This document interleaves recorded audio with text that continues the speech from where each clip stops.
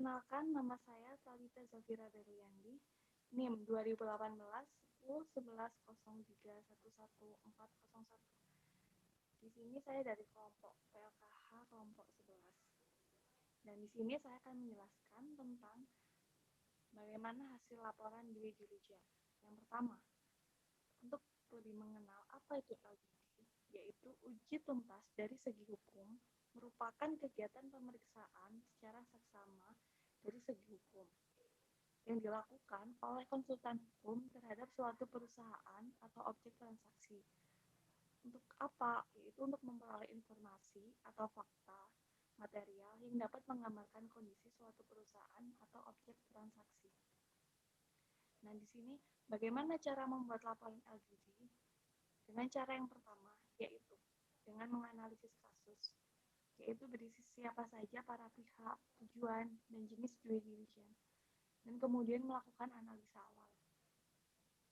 Nah, pada pelatihan pertama, di sini menyebutkan yang pertama, yaitu para pihak, yaitu di mana berisi tentang apa nama perusahaan yang akan melakukan due diligence.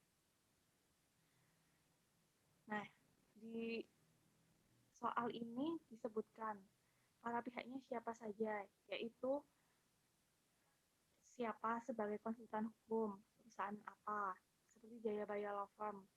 Kemudian ada klien konsultan hukum atau investor yang bisa disebut dengan PT Trisakti Cipta Nusantara. Dan kemudian nama perusahaan yang akan diadakan LGD, yaitu PT Langgeng Sentosa. Kemudian yang kedua, menjelaskan tujuan.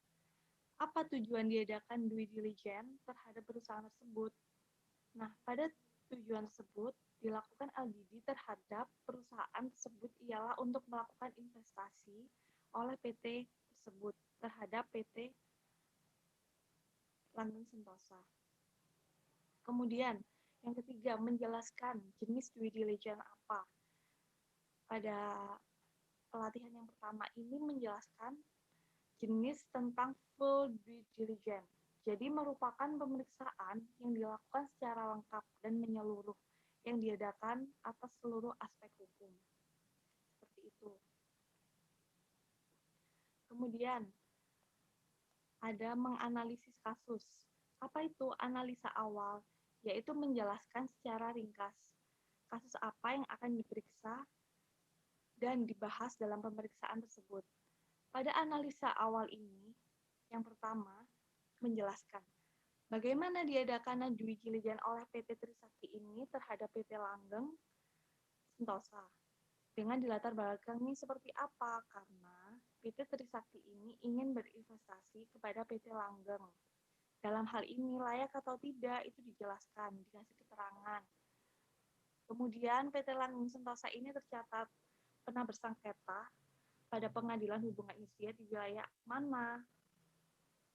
Nah, secara keseluruhan ini juga merekam jejak perusahaan ini terlihat layak dijadikan objek investasi, itu penyebabnya apa? Layak atau tidak? Di situ disebutkan dan dijelaskan. Seperti itu. Kemudian ada yang pelatihan 2 tentang perjanjian kerahasiaan non-disclosure agreement atau tata cara perjanjian kerahasiaan.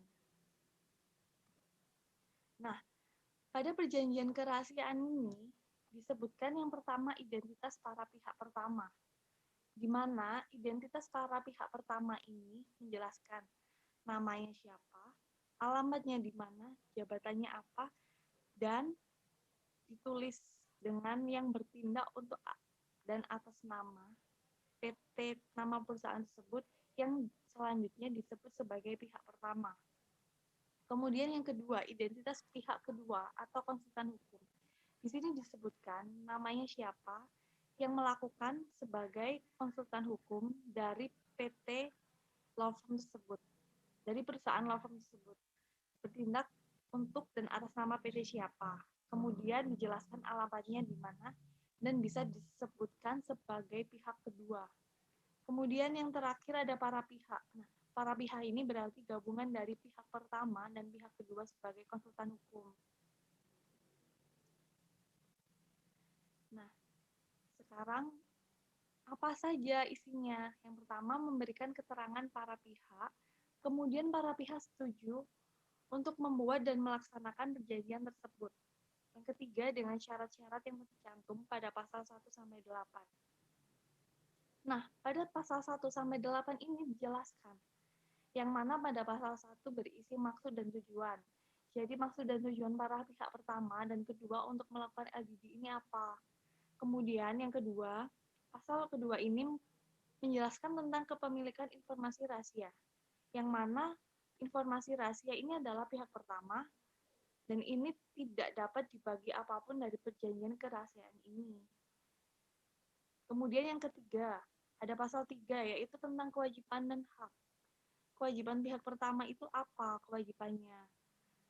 Itu dijelaskan. Kewajiban pertama yaitu memberikan data, baik tertulis, lisan, maupun dalam bentuk apapun. Kemudian kewajiban pihak kedua.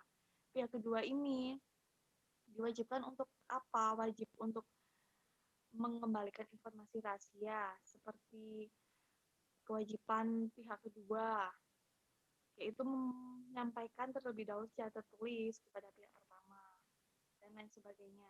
Di situ juga disebutkan hak pihak pertama maupun hak pihak kedua. Kemudian ada pasal 4. Pasal 4 ini berisi tentang pihak kedua dengan ini itu menjamin melepaskan dan membebaskan pihak pertama dari tanggung jawab. Jadi pihak kedua ini menjamin bahwa data yang diberikan oleh pihak pertama ini baik dalam bentuk tertulis maupun lisan atau dalam lainnya tidak boleh dipergunakan untuk kegiatan dalam rangka LDD ini tidak boleh diberikan pada pihak manapun dalam waktu yang tidak terbatas.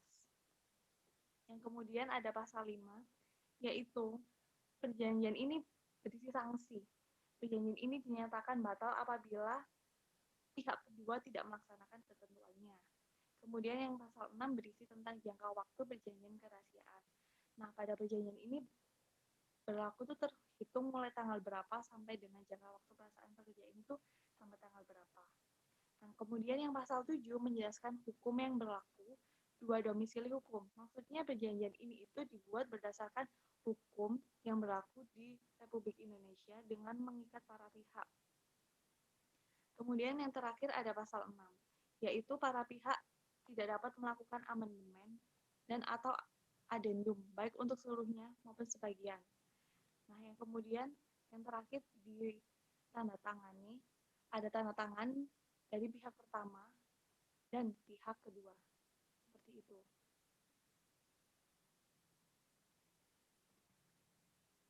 Kemudian yang pelatihan 3, yaitu berisi tentang surat pemberitahuan. Apa itu surat pemberitahuan? Surat pemberitahuan ini berisi tentang nama perusahaan, kemudian menuliskan tentang keterangan LOA, yaitu Letter of Engagement. Nah, pada surat pemberitahuan ini lebih lengkap, yaitu yang pertama berisi nama perusahaan. Yang pertama, pada draft surat tersebut ada berisi nama perusahaan. Nama perusahaan tersebut apa? Kemudian memberitahukan hal-hal. Kemudian mempersiapkan dokumen dan waktu pelaksanaannya. Nah, nama perusahaan ini yang disebut yaitu sebagai PT tersebut. Namanya apa? PT Langgeng Sentosa. Yang kemudian memberitahukan tentang hal-hal. Nah, hal-hal ini apa? Berarti nanti ditulis dalam surat tersebut dengan menunjuk LOE antara PT Sakti Cipta dengan Jayabaya Law Firm. Kemudian menjelaskan bahwa kami akan melakukan LDD audit di PT tersebut yang beralamat di mana. Kemudian yang kedua, LDD audit yang kami lakukan adalah dalam rangka untuk melakukan apa? Yaitu melakukan pemeriksaan atau penilaian permasalahan hukum terkait investasi yang dilakukan oleh PT tersebut. Kemudian, bahwa karena dimohon kepada perusahaan tersebut agar mempersiapkan dokumen. Nah, dokumen ini berisi apa saja? Berisi tentang anggaran dasar perusahaan, seperti akta, berita rapat, pemegang saham. Kemudian ada dokumen aset-aset perusahaan, yaitu seperti sertifikat tanah, surat tanda bukti kepemilikan kendaraan, atau dokumen kepemilikan saham. Kemudian ada perjanjian-perjanjian yang dibuat dan ditandatangan dengan pihak ketiga, yaitu seperti perjanjian hutang piutang. Kemudian ada dokumen perizinan dan persetujuan perusahaan, yaitu seperti TDP atau tanda daftar perusahaan. Kemudian ada dokumen kepegawaian, ada dokumen asuransi perusahaan jika memiliki, kemudian dokumen pajak perusahaan atau NPWP perusahaan, PBB, pajak-pajak terhutang. Dan yang terakhir ada dokumen terkait atau tidak terkait perusahaan dengan tuntutan tersebut. Kemudian yang terakhir menjelaskan tentang waktu pelaksanaannya. Nah, dalam waktu pelaksanaannya ini disebutkan hari apa, sampai hari apa, kemudian tanggal berapa sampai tanggal berapa, bulan dan tahun. Kemudian di sini juga dijelaskan jam berapa, pukul jam berapa sampai selesai, dan tempatnya di mana. Seperti itu.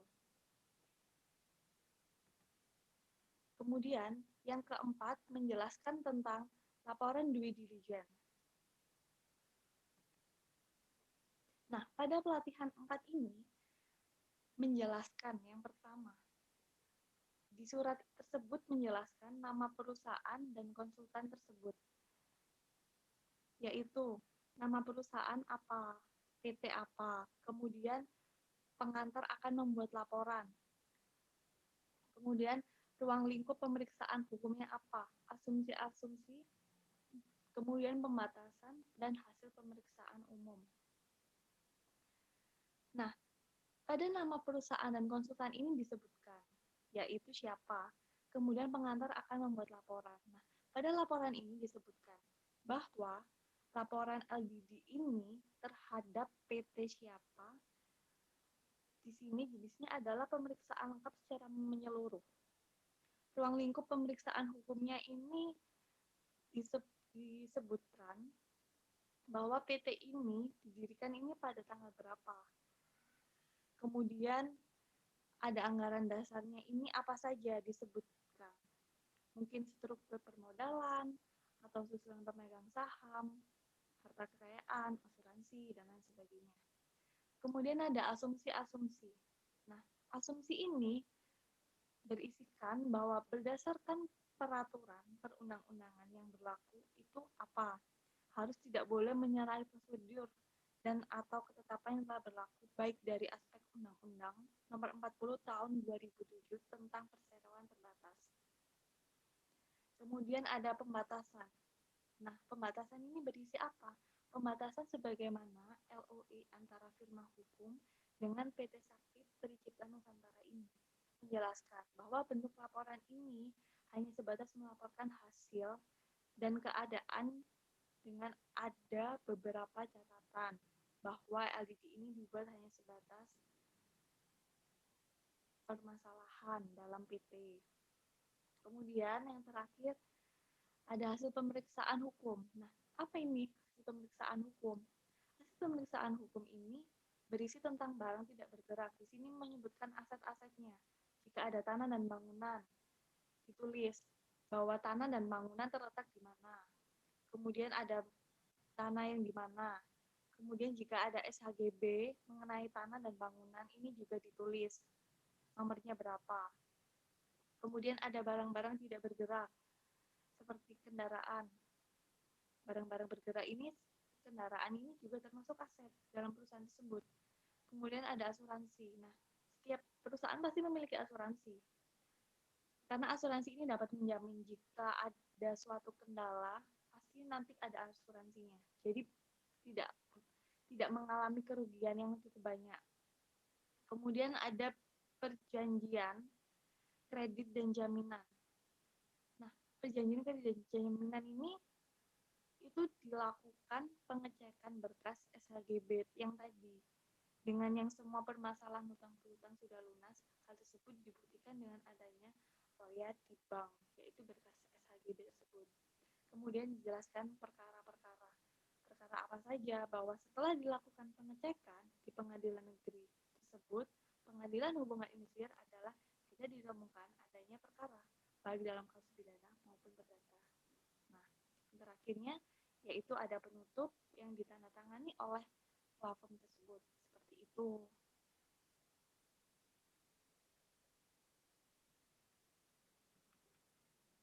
Nah, yang ini, aspek korporasinya yang seperti saya jelaskan tadi, ada barang bergerak, terus ada perjanjian dan perpajakan, harta perseroan, barang bergerak tadi disebutkan seperti kendaraan, kemudian ada asuransi, terus kemudian ada perjanjian kredit dan jaminan, kemudian perkaranya itu disebutkan apa. Kemudian ada penutup. Nah, dalam penutup ini lebih dijelaskan bagaimana kesimpulannya. Diadakan tadi. Dan kemudian yang terakhir ada tanda tangan. Kemudian yang terakhir ada legal opinion. Apa itu legal opinion? Legal opinion ini seperti rangkuman atau pandangan, argumentasi, gagasan dan rekomendasi normatif terhadap isu hukum tertentu. Nah, pada pelatihan 5 ini menjelaskan apa itu LO, berisi apa LO. Nah, legal opinion ini berisi tentang pendapat penulis atas pokok permasalahan yang didasarkan pada analisa dan pertimbangan hukum atas fakta. Jadi harus sesuai fakta, tidak boleh melenceng dari fakta. Kemudian berisi apa LO ini? Nah, LO ini berisi informasi serta dokumen terkait dengan pokok permasalahan, sehingga dapat diketahui jawaban atas permasalahan yang ada. Seperti itu. Sekian, terima kasih. Jika ada salah kata, mohon dimaafkan. Wassalamualaikum warahmatullahi wabarakatuh.